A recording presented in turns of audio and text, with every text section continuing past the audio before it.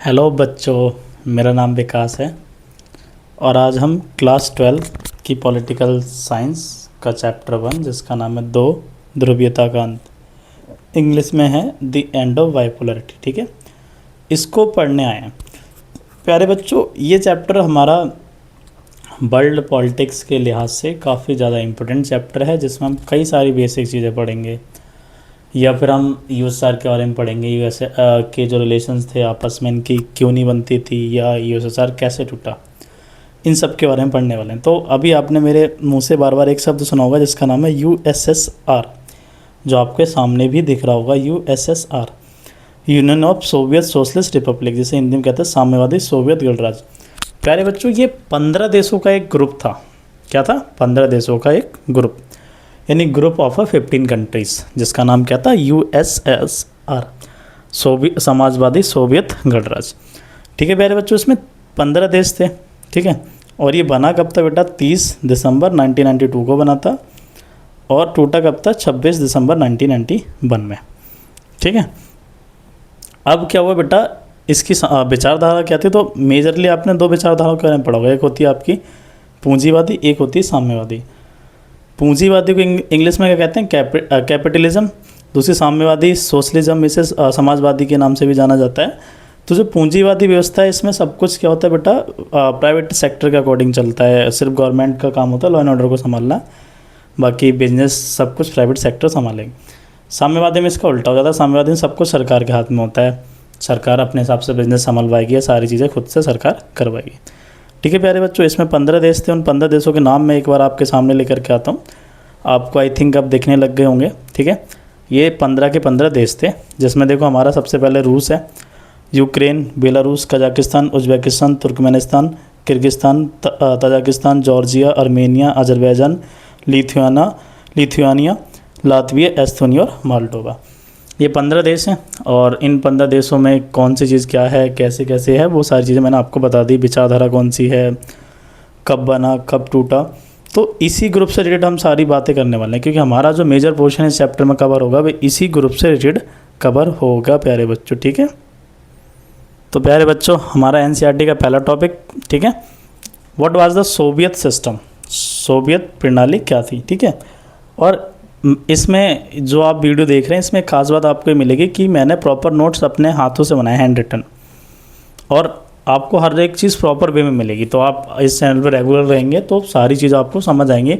मैं प्रॉपर पूरा 11, 12 या 12th का कोर्स प्रॉपर पूरा करा दूंगा आपको, एक बिना किसी पैसे के, फ्री में। तो बस आपको थोड़ा सा ध्यान देना है और चीज़ों को समझना है, और थोड़ा सपोर्ट भी दिखाना है। वीडियो पसंद आई तो अपने दोस्तों को बताएं, उनसे सब्सक्राइब कराएं, इस तरीके से थोड़ा सपोर्ट दिखाएं। बाकी सारा सब कुछ मैं संभाल लूँगा, मार्क्स दिलाना मेरा काम है आपको। तो ये सर रूस में हुई 1917 की समाजवादी क्रांति के बाद अस्तित्व में आया। तो यहाँ पर एक शब्द आया समाजवादी, कब? 1917 में। तो समाजवादी क्या था बेटा? ये क्रांति जो थी, देखो नाम से पता चला, समाजवादी, साम्यवादी है ना, पीछे मैंने बोला था। तो साम्यवादी जो थी, साम्यवादी क्रांति, यानी साम्यवादी क्रांति वो थी जो पूंजीवादी अर्थव्यवस्था के विरोध में हुई थी। यानी पूंजीवाद में वही सेम चीज़ थी आगे ना, कि हम विरोध कर रहे हैं, किस चीज़ का विरोध कर रहे हैं? हम नहीं होने देंगे बेटा किसको, कि सब कुछ सरकार संभालेगी, हम निजी हाथों में कुछ भी नहीं जाने देंगे, उसका विरोध करने की चीज़ें। इसलिए क्रांति हुई थी कब? 1917 में। ठीक है प्यारे बच्चों, और इसी क्रांति के समय में एक पार्टी उभर करके आई, जिस पार्टी का नाम क्या था प्यारे बच्चों? Communist party. क्या नाम है प्यारे बच्चों? कम्युनिस्ट पार्टी नाम है। ठीक है, कम्युनिस्ट पार्टी उभर करके आई। और बेटा प्यारे बच्चों, एक इंटरेस्टिंग बात ये कि ये पूरे आगे जब तक हम पढ़ेंगे यही पार्टी हमें देखने को मिलेगी। कौन सी? हमारी कम्युनिस्ट पार्टी भी हमें आगे जब तक ये ग्रुप रहेगा तब तक रहेगी। ठीक है, कम्युनिस्ट पार्टी आ गई। दूसरे विश्व युद्ध के समय यूएसआर ने पूर्वी यूरोप के देशों को फांसीवादी ताकतों से बचाया, तथा यह देश यूएसआर के साथ मिल गए और दूसरी दुनिया बन के तैयारी। मतलब जो यूएसआर था ना, इसने कुछ देशों को बचाया। फांसीवाद मतलब जो ताकतवर देश थे वो ईस्टर्न यूरोप यानी पूर्वी यूरोप के जो देश थे ना, उनको परेशान करते थे, या फिर उनको अपनी मनमर्जियाँ चलाते थे। बहुत सारी प्रॉब्लम्स आती थी उनको, जिन्हें फांसीवादी ताकतें कहा गया था। उनसे किसने बचाया बेटा? यूएसआर ने बचाया। और वो यूएसआर के साथ ही मिलकर उन्होंने क्या बनाया? दूसरी दुनिया। अब आपके दिमाग में क्वेश्चन आ गया, भाई ये दूसरी दुनिया क्या है? हमने तो सिर्फ एक ही दुनिया सुनी। तो प्यारे बच्चों, 3 दुनियाएं थी पहले। तो फिर आप कंफ्यूज नहीं हो ना, मैं आपको समझाता हूँ बिल्कुल बड़े प्यार से और अच्छे से। तो प्यारे बच्चों जब आए फर्स्ट वर्ल्ड की बात है, पहली दुनिया, तो आपको बस इतना याद रखना है, ऐसे देश जो किसको सपोर्ट कर रहे हैं, यूएसए को, तो होगी पहली दुनिया। सेकंड वर्ल्ड यानी दूसरी दुनिया, दूसरी दुनिया में क्या गए, ऐसे देश जो किसको सपोर्ट कर रहे हैं, यूएसएसआर को सपोर्ट कर रहे हैं, आपको ये भी क्लियर हो गया। तीसरी दुनिया में क्या आ जाएगा, थर्ड वर्ल्ड में नॉन अलाइनमेंट मूवमेंट, यानी ऐसे देश ना तो भैया इन्होंने यूएसए का साथ दिया और ना ही किसका साथ दिया, यूएसएसआर का। तो आई थिंक आपको ये पहली, दूसरी और तीसरी दुनिया जो अजीब सा लगा होगा ना, ये वो वाली दुनिया नहीं है कि चलो ले चले तुझे एक नई दुनिया में, वो वाली दुनिया नहीं है। यहाँ पर कौन किसको सपोर्ट कर रहा है वो वाली बात है, ठीक है। चलिए तो ज़्यादा खुश होने की ज़रूरत नहीं, आप यहाँ किसी को नहीं ले जा सकते, नॉर्मल देश हैं, ठीक है। चलिए दूसरे विश्व युद्ध के बाद सोवियत संघ महाशक्ति के रूप में उभरा और सोवियत संघ के पास संचार प्रणाली, विशाल ऊर्जा संसाधन, खनिज तेल, लोहा, इस्पात तथा मशीनरी उत्पाद है। कहने का मतलब ये भैया सोवियत संघ ठीक था, सब कुछ था इनके पास। देखो संचार प्रणाली, कम्युनिकेशन सिस्टम था, और विशाल यानी ऊर्जा का भी संसाधन काफ़ी अच्छा था, और खनिज तेल, लोहा, इस्पात, सारी मशीनरी बेस्ट थी। किसके पास, हमारे जो है यूएसएसआर के पास। और यूएसएसआर का सकल घरेलू उत्पाद उन्नत था और सुई से लेकर कार तक का निर्माण स्वयं करता था। और जो प्यारे बच्चों यूएसएसआर था ना, इनकी जीडीपी बड़ी अच्छी थी। भाई आप खुद सोचो, एक छोटी से छोटी चीज़ क्या है, सुई से लेकर बड़ी से बड़ी चीज़ क्या है, मतलब एक एग्जाम्पल लिया है, ये एक बात कही है कि छोटी से छोटी चीज़ बना रहे हैं, बड़ी से बड़ी चीज़ बना रहे हैं, सारा कुछ ये खुद बना के तैयार करते हैं। तो ये बहुत बड़ी बात है अपने आप में, इसलिए कहा गया था सुई से लेकर कार, ये सब कुछ बना करके तैयार करते थे। कौन, यूएसआर वाले देश या यूएसआर। तो सोवियत संघ की वस्तुओं के स्तर पश्चिमी देशों के मुकाबले कम था, और सोवियत संघ अपने नागरिकों को सभी सुविधाएं खुद प्रदान करता था, स्वास्थ्य, शिक्षा और बच्चों की देखभाल। कहने देखो आप खुद समझो कि भाई एक अकेला देश बेचारा, या ये एक ग्रुप है 15 देशों का, और इतना भी नहीं था कि भाई सारे 15 देश बहुत अच्छे हैं, टेक्नोलॉजी में बहुत आगे हैं, बहुत एडवांस है, ऐसा भी नहीं था। तो ये देश मिलकर के सारी चीज़ें खुद से बनाते। तो आपको पता है सारी चीज़ें खुद से बना रहा है, टेक्नोलॉजी इतनी ज़्यादा नहीं होगी, आप इतने ज़्यादा एडवांस नहीं होंगे जितना कि आप चीज़ों को बहुत अच्छा बना पाए। तो इसलिए इनकी गुणवत्ता इतनी ज़्यादा अच्छी नहीं थी चीज़ों की, मतलब जो बहुत ज़्यादा बेटर नहीं कह सकते क्वालिटी आप। और ये हो गया आपका। और एक चीज़ खास और थी, सोवियत संघ की सरकार थी, ये सब कुछ अपना खुद संभलवाती थी, मतलब अपने लोगों को, जैसे स्वास्थ्य, शिक्षा, बच्चों की देखभाल, उनकी एजुकेशन, उनका करियर, सब कुछ खुद दिखवाया करती थी कि हम देखेंगे। और उसमें बात क्या हुआ कि जो यूएसआर में नौकरशाही का शिकंजा कसता चला गया था, और नागरिकों को जीवन बहुत कठिन था, अधिकार नहीं थे, चुटकुले और कार्टूनों से अपना विरोध जताते थे। आप खुद सोचो, कार्टूनों और चुटकुलों से भाई साहब ये अपना क्या जता रहे हैं, विरोध जता रहे हैं, क्योंकि बोलने का अधिकार ही नहीं था। अगर आप बोल रहे हो तो क्या होगा बेटा, सीधी सी बात, आप बोलोगे तो भैया आपको सज़ा मिलेगी। और जब ये चैप्टर आगे बढ़ेगा तब मैं आपको कारनामे सुनाऊंगा कितने ज़्यादा खतरनाक थे यूएसएसआर के, कोई भी इनके आसपास नहीं भटकेगा। ठीक है प्यारे बच्चों, ये चीज़ होगी। उसके बाद हथियारों की होड़ जो थी ने सोवियत संघ को आर्थिक नुकसान देती थी, क्योंकि भैया सोवियत संघ जो था भाई मानता किसी की नहीं था, ये हमेशा किसके साथ लगा रहता था, अमेरिका। भैया अमेरिका कुछ ले गया, ये भी चढ़ जाता है कि हम भी वही चीज़, उसी तरीके की चीज़ लाएंगे, हम भी अपने आप को एडवांस बनाएंगे। और समय समय पर सोवियत संघ का विकास रुक गया था, और परंतु जब सोवियत संघ 1979 अफगानिस्तान में हस्तक्षेप किया तो यह बिखरने लगा। मतलब पहले तो भैया सोवियत संघ स्थिर था ना, भाई बहुत ज़्यादा मतलब विकास हो रहा था ना, नीचे गिर रहा था, एक जगह रुका हुआ था। लेकिन इन्होंने क्या काम करा कि भैया ये पहुँच गए कहाँ, अफगानिस्तान क्राइसिस में। और अफगानिस्तान क्राइसिस में जब ये पहुँचे तो क्या हुआ, इनका जो रुका हुआ विकास था, क्योंकि वहाँ जाके उन्होंने पैसा खर्च किया तो सीधी सी बात है भाई दिक्कत तो होगी। तो वहाँ जाके जब उन्होंने पैसा वगैरह खर्च किया तो वहाँ से इनको दिक्कत होनी शुरू हो गई। तो ये था कि कैसे इन्होंने चीज़ें चलाई, ठीक है। तो ये पूरा था, क्योंकि देखो इस टॉपिक का नाम क्या था कि हम संचार प्रणाली क्या है वो समझ रहे हैं। तो हमने सारी चीज़ें समझी कि कैसे बनी, देश कैसे ऐड हुए, संसाधन क्या हैं, और यहाँ की सरकार सब कुछ संभाल रही। ये इंट्रोडक्शन था एक तरीके से यूएसआर का। अब 1 बाय 1 यूएसआर के बाकी टॉपिक्स की तरफ चलते हैं। चलिए प्यारे बच्चों, हम अपने नेक्स्ट टॉपिक की तरफ चलते हैं। तो चलिए, हमारा नया टॉपिक है गोर्बाचेव और सोवियत संघ का big turn, Gorbachev and the disintegration. भैया सोवियत संघ क्यों टूटने लगा, गोर्बाचेव का नाम आया तो इनका कोई रिलेशन होगा टूटने से, इसीलिए इनका नाम आया। तो गोर्बाचेव आए, उन्होंने अपनी कुछ नीतियाँ बताई, जैसे पेरेस्ट्रोइका, रेस्ट्रिक्टिंग और ग्लासनोस्ट ओपननेस। ये उनकी 2 नीतियाँ थी, इंग्लिश में ये थी और हिंदी में नाम तो भी रहेंगे। पेरेस्ट्रोइका जैसे पुनर्रचना कहा जाता है, ग्लासनोस्ट जिसे कहा जाता है खुलेपन। ठीक है प्यारे बच्चों, ये आए, इन्होंने अपनी ये नीतियाँ बताई सबको। और मिखाइल गोर्बाचेव 1980 के मध्य में कम्युनिस्ट पार्टी के महासचिव बने। उन्होंने इस व्यवस्था को सुधारना चाहिए आए, और जो हमारी कम्युनिस्ट पार्टी थी उसके क्या बने प्यारे बच्चों, महासचिव। ठीक है, कि भैया अब हम संभालेंगे। देखते हैं ऐसी कौन सी चीज़ है जो यूएसआर को विकसित होने से रोक रही है, आगे बढ़ने से रोक रही है, ऐसा इन्होंने कहा। और उसके बाद क्या, गोर्बाचेव ने पश्चिमी देशों के साथ संबंधों को अच्छा किया और शीघ्र सुधार का भरोसा दिलाया।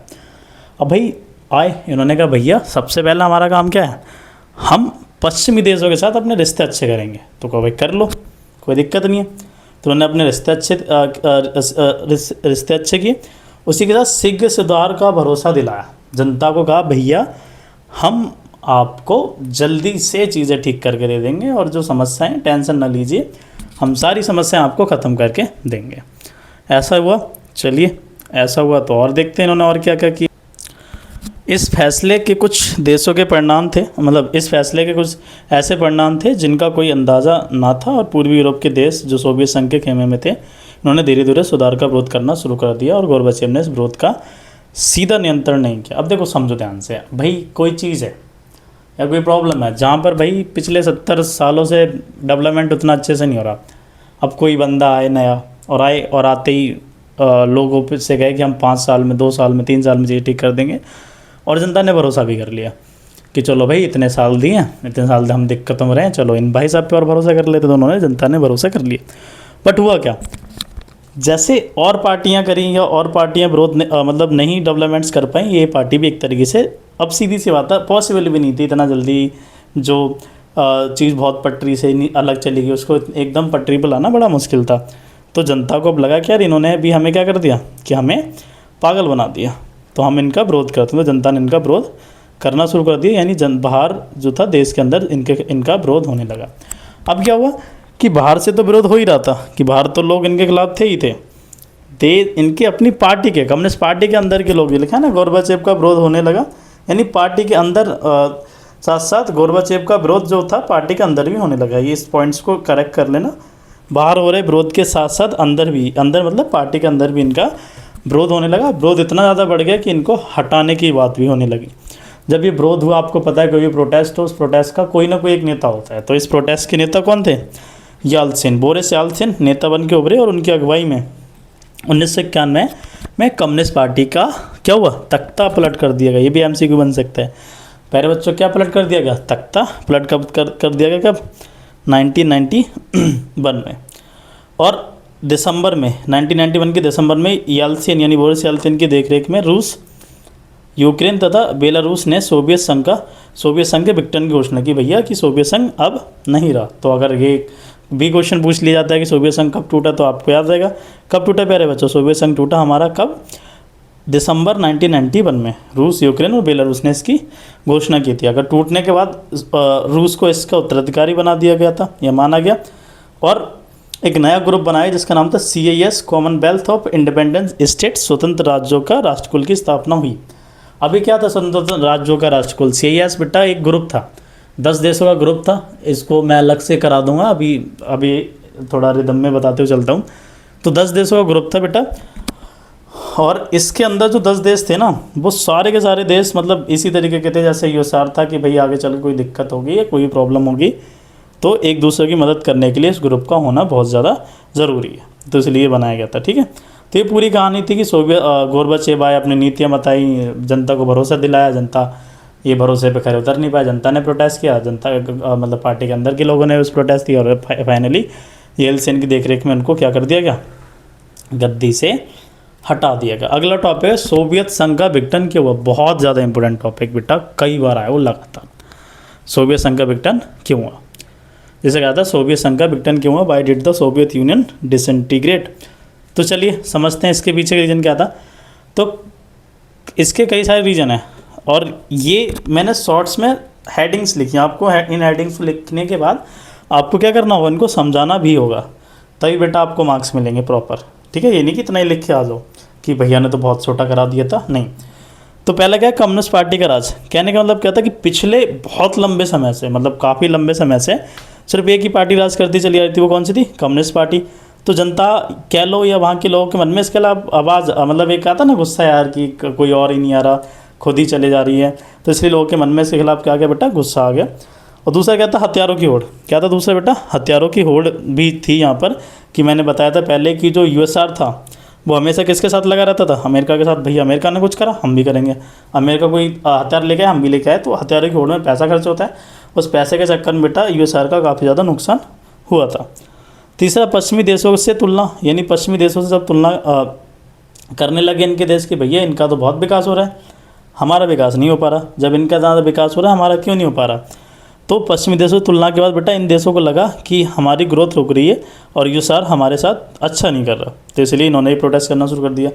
सरकार का जवाबदेही न होना, यानी पिछले काफ़ी लंबे समय से जो सरकार थी वो अपनी मनमानी कर रही थी। क्या कर रही थी प्यारे बच्चों, अपनी मनमानी कर रही थी, चीज़ों को अपने हिसाब से चला रही, कोई जवाबदेही नहीं थी, जनता को कुछ ना बताना ना कुछ करना, इस तरीके की चीज़ें कुछ भी नहीं थी। ठीक है, तो लोगों ने इसलिए प्रोटेस्ट करना शुरू कर दिया। गोरबाचेव की नीतियाँ, तो याद करो गोरबाचेव जो थे उनकी नीतियाँ कैसे दुखदायी साबित हुई, क्योंकि गोरबाचेव ने कहा कि भैया हम ना क्या करेंगे, बहुत जल्दी बदलाव कर देंगे, लेकिन ऐसा नहीं हो पाया। गोरबाचेव जल्दी बदलाव नहीं कर पाया, तो इसलिए जनता ने इनका प्रोटेस्ट किया। उसके बाद राष्ट्रवाद की भावना, लोगों के मन में राष्ट्रवाद आ गया कि भैया हमें अब अलग अपना ग्रुप बनाना है, अलग रहना है, इनके साथ नहीं रहना।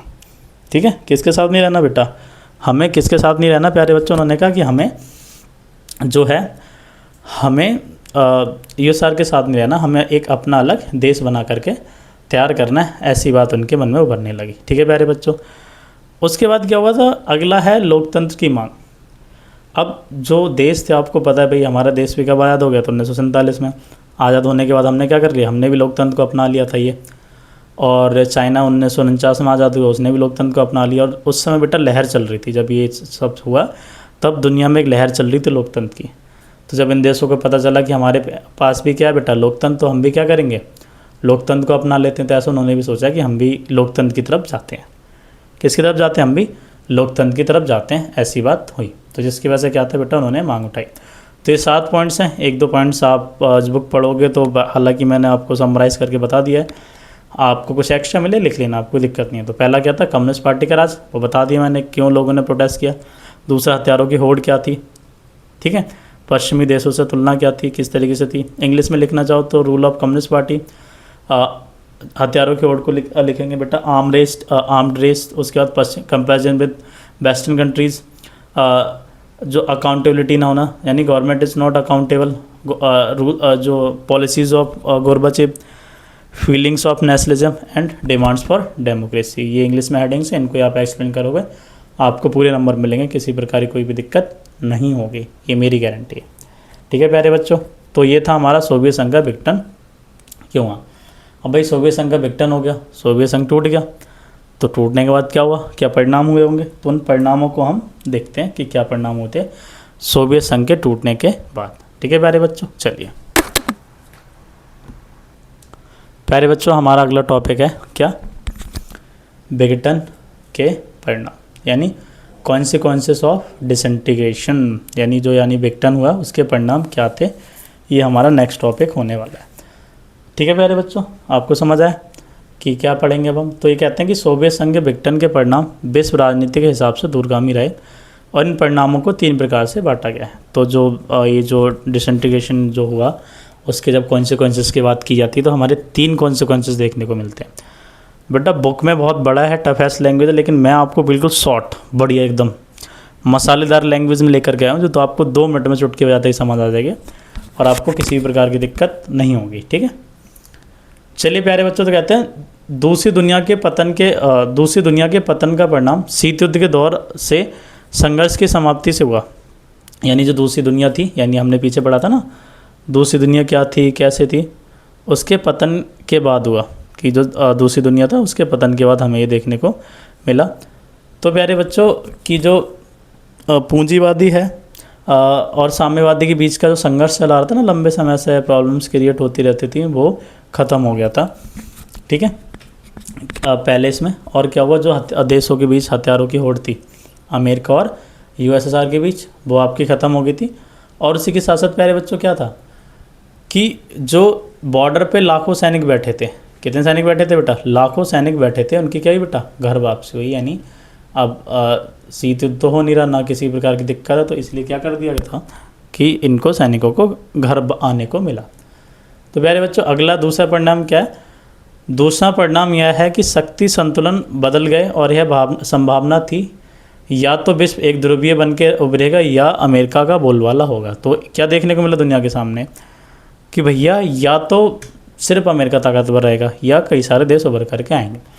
लेकिन सेकंड परिणाम हमें देखने को मिलेगा कि कुछ समय मतलब उस समय क्या हुआ कि जो था हमारा अमेरिका अकेले महाशक्ति बन के उभरा और बाकी देश अमेरिका तथा पूंजीवादी संस्थाओं के सलाहकार बन गए। यानी बाकी के देश भी क्या हो गया? अमेरिका और जो बाकी पूंजीवादी संस्थाएं थे उनके हिसाब से चलने लगे थे। दूसरा पॉइंट हो गया। तीसरा पॉइंट की तरफ चलते हैं हम प्यारे बच्चों। तो तीसरा पॉइंट क्या हमारा? तो तीसरा पॉइंट है कि तीसरी बात यह थी कि सोवियत संघ टूटने के बाद नए देशों का उदय हुआ, सभी देश स्वतंत्र हो गए, नई पहचान बनाई। यानी जब सोवियत संघ टूटा तो वो जो 15 देश थे अलग अलग हो गए, नए देश बन गए। तो अब उन नए देशों ने क्या किया? तो बेटा जो बाल्टिक और पूर्वी यूरोप के देश थे, यानी अगर हम ईस्टर्न वाले पार्ट में जाए तो वो क्या कर रहे थे बेटा? किसका सपोर्ट कर रहे थे? वो चाहते थे यूरोपीय संघ और नाटो का हिस्सा बने, ठीक है। और जो मिडिएवल देश थे उन्होंने क्या किया? उन्होंने मध्यस्थता निभाई। उन्होंने क्या किया बेटा? मध्यस्थता, यानी हम अमेरिका के साथ भी रहेंगे और किसके साथ भी रहेंगे? यूएसएसआर के साथ। यानी यूएसएसआर तो चला गया, किसके साथ रहेंगे? रूस के साथ भी रहेंगे। और जो रूस के बाउंड्री के टेरिटरी के नियर बाई थे उन्होंने रूस के साथ जाने का फैसला किया। तो 3 हो गए, ये तो नाटो और यूरोपीय संघ के साथ। और इन्होंने क्या डिसाइड किया बेटा कि हम जो हैं क्या करेंगे? मध्य एशिया यानी मध्यस्थता निभाएंगे। और जो इसके लिखा हुआ नहीं है तीसरा पॉइंट यहाँ, वो आप लिख लेना। तो उन्होंने क्या डिसाइड किया कि हम जो हमारा यूएसएसआर है उसके साथ जाने का डिसाइड करते हैं, ठीक है प्यारे बच्चों।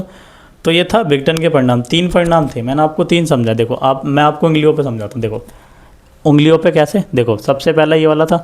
पहले वाले पॉइंट में क्या था कि पहले वाले पॉइंट में मैंने आपको ये बताया कि दूसरी दुनिया के बाद जो दुनिया में शीत युद्ध चल रहा था लंबे टाइम से, शीत युद्ध की समस्याएं थी वो ख़त्म हो गई, हथियारों की होड़ ख़त्म हो गई और क्या हुआ? लाखों सैनिकों की घर वापसी हुई। दूसरा कि भैया अमेरिका एक ताकतवर जो है एक शक्ति के रूप में उभरेगा या फिर बहुत सारी देश देखने को मिल जाएंगे। तो हमने क्या देखा? अमेरिका ताकतवर रूप उभरा, फिर नए नए देश बने जिनमें बाल्टिक और पूर्वी यूरोप के देश क्या थे? नाटो का हिस्सा बनना चाहते थे। वहीं बाकी देशों ने क्या निभाई बेटा? मध्यस्थता निभाई और अपने आप को आगे बढ़ाया। तो ये था। चलिए हम नेक्स्ट टॉपिक की तरफ चलते हैं अपने। चलिए वेरी वेरी इंपॉर्टेंट टॉपिक, साम्यवादी शासन के बाद शॉक थेरेपी। यानी जो शॉक थेरेपी थी इसके बारे में पढ़ने वाले हैं। इंग्लिश में शॉक थेरेपी इन पोस्ट कम्युनिस्ट रिजिम्स, ठीक है। तो साम्यवाद के पतन के बाद यानी जो यूएसएसआर टूटने के बाद क्या हुआ? सोवियत संघ के जो देश थे लोकतांत्रिक पूंजीवाद व्यवस्था तथा इन देशों जो थे अपने आप को पूंजीवाद की तरफ यानी संक्रमण की तरफ ले जाने के लिए खास मॉडल अपनाया। क्या अपनाया प्यारे बच्चों? खास मॉडल अपनाया, जिसे क्या नाम दिया गया था? शॉक थेरेपी नाम दिया गया था। क्या नाम दिया था? Shock therapy. तो याद रहेगा कि शॉक थेरेपी क्या आप लिखोगे कि लोकतांत्रिक यानी जो डेमोक्रेटिक कैपिटलिज्म को बनने के लिए इन देशों ने एक मॉडल अपनाया है ना खास। उस मॉडल को क्या नाम दिया गया था? उस नाम दिया था शॉक थेरेपी। तो शॉक थेरेपी के अंतर्गत शॉक थेरेपी का मतलब क्या होता है? आघात पहुंचाकर उपचार करना। शॉक थेरेपी का मतलब होता है कि भाई पहले आपने चोट पहुंचाई, फिर आप हमारा क्या करने आगे? उपचार, यानी हमें ठीक करने आगे, ये होता है इसका मतलब। तो अब हर देश पूंजीवाद अर्थव्यवस्था की ओर, यानी जितने भी देश थे वो क्या चाहते थे? पूंजीवाद अर्थव्यवस्था की ओर मुड़ना चाहते तथा सोवियत संघ की जो रचना से दूर जाना चाहते थे। यानी जो सोवियत संघ था ना पहले, क्या सोशलिज्म को लेके जी रहा था, उससे दूर जाना चाहते थे। तो उन्होंने क्या क्या चेंजेस किया उसके लिए? मिल्कियत को, यानी मिल्कियत का मतलब होता है जो अपनी ज़मीनें हुआ करती थी। तो प्यारे बच्चों जो मिल्कियत थी, क्या थी? मिल्कियत जो थी, इन्होंने जो मिल्कियत थी उसको किस में चेंज कर दिया? निजी स्वामित्व में। राज्य की संपदा भी कर दिया कि व्यावसायिक निजीकरण होगा। और जो सामूहिक फार्म का मतलब थी पहले इकट्ठी खेती हुआ करती थी, उसको चेंज कर दिया निजी फार्म में। किसको? सामूहिक फार्म में किस में चेंज कर दिया? निजी फार्म। यानी जो पब्लिक फार्म थे उनको अब प्राइवेट फार्म बना दिया गया। और पूंजीवाद के अलावा, यानी जो देश थे पूंजीवाद के अलावा कोई रुख नहीं अपनाना चाहते थे, उन्हें और कुछ नहीं चाहिए था। कि क्या चाहिए भैया? हमें सिर्फ पूंजीवाद ही चाहिए। तो अब तक ये हो गया। उसके बाद शॉक थेरेपी ने देशों के रवैयों को बाहरी देशों के साथ व्यापारिक कर दिया। मतलब शॉक थेरेपी आने की वजह से बेटा जो यूरोपीय संघ के देश थे वो क्या हो गए बेटा, उन्होंने बाहर के देशों के साथ क्या करना शुरू कर दिया, व्यापार, या बाहर के देशों के साथ संबंध बनाना शुरू कर दिया था, व्यापारिक संबंध बनाना। तो ये था शॉक थेरेपी। शॉक थेरेपी की समरी आप ध्यान से समझिए, मैं आपको समझाता हूँ। सब शॉक थेरेपी में क्या था कि जो हमारे यूएसआर के देश थे वो अपने आप को लोकतांत्रिक पूंजीवादी व्यवस्था की ओर ले जाना चाहते थे। कौन सी व्यवस्था? लोकतांत्रिक पूंजीवादी व्यवस्था। और इसके लिए उन्होंने एक खास मॉडल अपनाया जिसको शॉक थेरेपी कहा गया। और शॉक थेरेपी में कई चीज़ थी, मिल्क हक को निजी में चेंज कर दिया, राज्य की संपदा चेंज हो गई, सामूहिक फार्म को निजी फार्म में चेंज कर दिया गया। ये सारी चीज़ें शॉक थेरेपी के अंतर्गत की गई थी। यहाँ से तो शॉक थेरेपी का मतलब पूछते हैं, लेकिन जो इसके परिणाम है ना प्यारे बच्चों, वो हैं गजब के।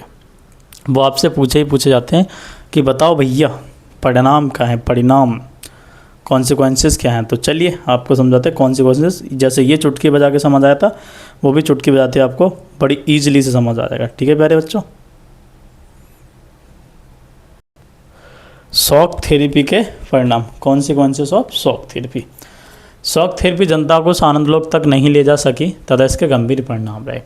कहा है कि भाई शॉक थेरेपी जनता को गंभीर परिणाम थे। देखो इसका मैं बड़ा अच्छा एग्जांपल देता हूँ भाई। देखो सपोज करो हम विराट कोहली, भाई आपको पता है कि सारे फॉर्मेट्स आउट हो गए हैं, अब भाई वो वनडे खेलने आए। हमने 3-4 महीने क्या करा, उनका खूब वेट किया कि भाई विराट भाई आएंगे, अब आके मस्त सेंचुरी मारेंगे। लेकिन विराट भाई आए और आके दूसरे तीसरे ओवर में ही आउट हो गए, या 10-20 रन के आउट करके आउट हो गए, तो कितना बुरा लगेगा।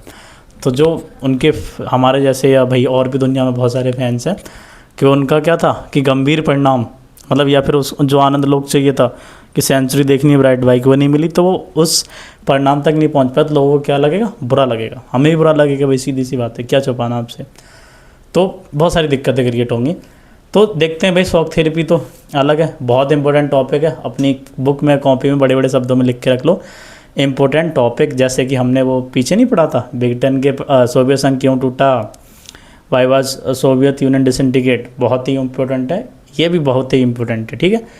तो शॉक थेरेपी से पूरे क्षेत्र की अर्थव्यवस्था तहस नहस होगी। यानी जो शॉक थेरेपी आई प्यारे बच्चों, उसने पूरी उसकी क्षेत्र की अर्थव्यवस्था तहस नहस कर दी पूरी तरीके से, बढ़िया तरीके से ख़त्म कर दी, बर्बाद कर दी एक तरीके से। और 90% उद्योग को निजी हाथों में बेचा गया। निजी हाथों में मतलब प्राइवेट सेक्टर में बेच दिया गया। और ये जो वस्तु थी, इनका मोल कैसा लगाया, मटिया मोल। मटिया मोल का मतलब बहुत सस्ते दामों में, औने पौने दामों में बेचा गया। यानी जो चीज़ 100 रुपये की थी उसको 9 रुपये में बेचा गया। और इसीलिए इसको दुनिया की सबसे बड़ी गैराज सेल कहा गया। तो प्यारे बच्चों, दुनिया की सबसे बड़ी क्या कहा गया, गैराज सेल। ये रहा। ठीक है, गैराज सेल कहा गया। तो आपको ये भी चीज़ समझ आ गई कि इसको दुनिया की सबसे बड़ी गैराज सेल क्यों कहा गया था। ठीक है। उसके बाद तीसरा पॉइंट क्या था, जो रूसी मुद्रा रूबल में नाटकीय गिरावट आई, मतलब बड़ी तेज़ी से रूसी मुद्रा गिरी, जिससे मुद्रास्फीति आई और लोगों की जमा पूंजी खत्म हुई। मुद्रास्फीति का मतलब समझते हो कि भाई लोगों की जो जमा पूंजी थी, बड़ी गिरावट आई लोगों में। तो इस तरीके से बहुत सारे चेंज होते हैं। ऐसे मानो आप, पहले $1 किसके बराबर था, 100 रूबल के बराबर, मतलब एक जो डॉलर था पहले 50 रूबल के बराबर था। लेकिन जैसे ही आई तो उस $1 अब 100 के बराबर हो गया। तो ये मत सोचना कि भाई डबल हो गया, नहीं, आधा हो गया। कि भाई पहले 1 50 के बराबर है, अब वो ये कितने के बराबर हो गया, 100 के बराबर हो गया। इससे क्या हुआ, उसके बाद और भी क्या चीज़ें देखने को मिली कि भैया सामूहिक खेती प्रणाली समाप्त कर दी गई पहले जो होती थी, तथा सकल घरेलू उत्पाद बड़ी तेज़ी से नीचे गिरा। सीरियसली काफ़ी दिक्कत हुई। उसके साथ साथ इन्होंने क्या बोला है कि इसका जो है, इसका समाज पर जो है, इसका समाज पर गहरा प्रभाव पड़ा। ज़्यादातर जो लोग गरीबी में आ गए और लोग अनैतिक कार्यों में आ गए, जो एक माफिया वर्ग उभरा। भाई सीधी सी बात है, आपके पास काम करने के लिए कुछ होगा नहीं और आप बड़ी परेशानियों से गुजर रहे हो, या और भी कुछ दिक्कतें, तो कहते हैं ना, खाली दिमाग शैतान का घर। कुछ ऐसा ही था प्यारे बच्चों। क्यों? क्योंकि सोवियत संघ मतलब में जब ये शॉक थेरेपी के बाद जो चीज़ें हुई ना, बड़ी दिक्कत वाली थी। लोगों के पास पैसा नहीं बचा, पैसा था वो और चला गया। तो लोगों के मन में एक वो आता ना कि कुछ नहीं बचा, तो अब कुछ चोरी चकारी वाला सीन हो गया। तो माफिया वर्ग उभर करके सामने आया। उसके साथ लोकतंत्र तथा संवैधानिक निर्माण के कार्य को प्राथमिकता नहीं दी गई, और यह कार्य बड़ी हड़बड़ी में किए गए थे, मतलब उल्टे सीधे किए गए। और बहुत सारे जो देश थे ना प्यारे बच्चों, बहुत सारे देश, उनमें लोकतंत्र का उल्लंघन हुआ। जैसे तुर्कमेनिस्तान और उज्बेकिस्तान के इनके राष्ट्रपतियों ने लोकतंत्र का उल्लंघन किया, अपने आप को 10-10 साल और आगे बढ़ा लिया था। तो ये क्या थे, शॉक थेरेपी के परिणाम थे। तो ये मैंने आपको समझाया कि शॉक थेरेपी के परिणाम क्या थे, कैसे थे। तो इसमें हमने ओवरऑल चैप्टर के 4-5 टॉपिक कर लिए। मीन 2 टॉपिक बचे हैं, वो मैं आपको नेक्स्ट वीडियो में पढ़ाऊँगा। आप रेस्पॉन्स दीजिए इस वीडियो पे अपना, बताइए। और प्यारे बच्चों सपोर्ट कीजिए थोड़ा, आप 12th में हो या आपके दोस्त हैं। देखो इसमें हिंदी मीडियम प्लस इंग्लिश के ही मैं बाद में ऐड कर दूंगा अभी तो, क्योंकि बहुत लिखना पड़ता है, सच बताऊं काफ़ी मेहनत करनी पड़ती है, तब जाके वीडियो बनती है। प्यारे बच्चों मैं जो है इंग्लिश मीडियम में क्या कर दूंगा बेटा, इंग्लिश मीडियम में भी इसको लेकर के आ जाऊँगा। और हिंदी मीडियम में जितने भी आपके दोस्त हैं, भाई बहन हैं, जो भी, उनको सजेस्ट करो, चैनल को सब्सक्राइब करो, वीडियो को भी शेयर करो, लाइक करो और सपोर्ट दिखाएं थोड़ा। चलिए मिलते हैं आपसे नेक्स्ट वीडियो में, तब तक। और हाँ, ज़रूरी बात, अगर कोई भी डाउट हो तो कमेंट सेक्शन खाली पड़ा है, भर दो उसको, ठीक है। कोई भी दिक्कत हो हम आपको नेक्स्ट क्लास में आके समझाएंगे। चलिए मिलते हैं। जय हिंद, जय भारत।